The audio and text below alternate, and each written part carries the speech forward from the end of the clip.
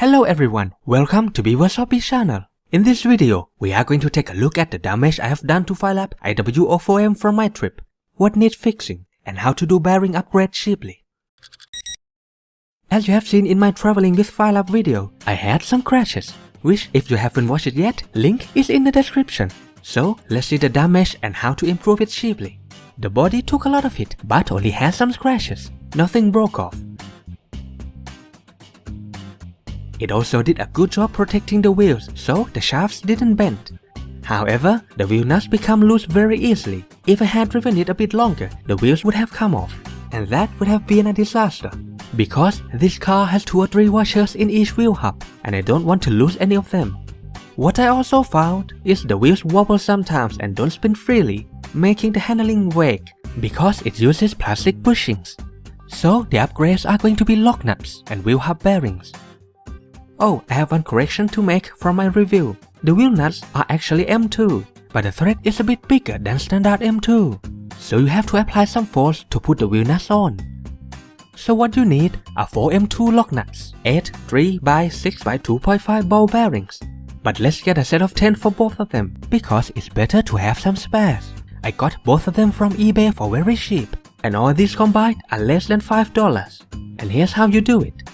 First, remove these 10 screws.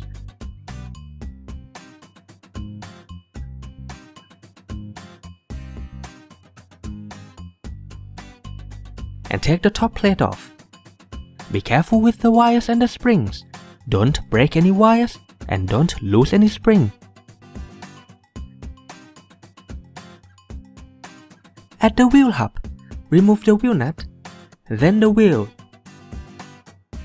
You see some washers. Keep them safe. Do not lose them.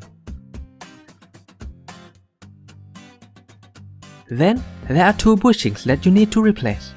Outer one at the front and inner one at the back. Put the inner bearing in with the swing shaft first.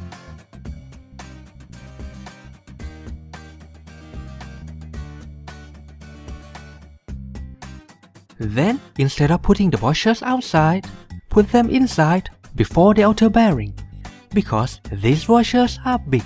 If you put it outside, the bearing will not spin. Then put the outer bearing in. Then the wheel. And finally put the lock nut on. This will require some force because, as I mentioned earlier, the thread is not exactly as normal M2. Don't over tighten it.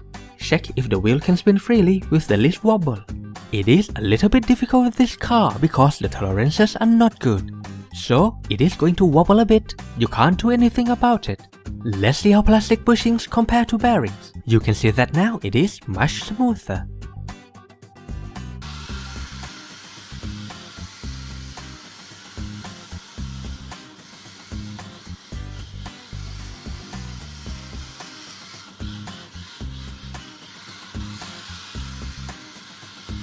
As for the result, it is a bit better to drive.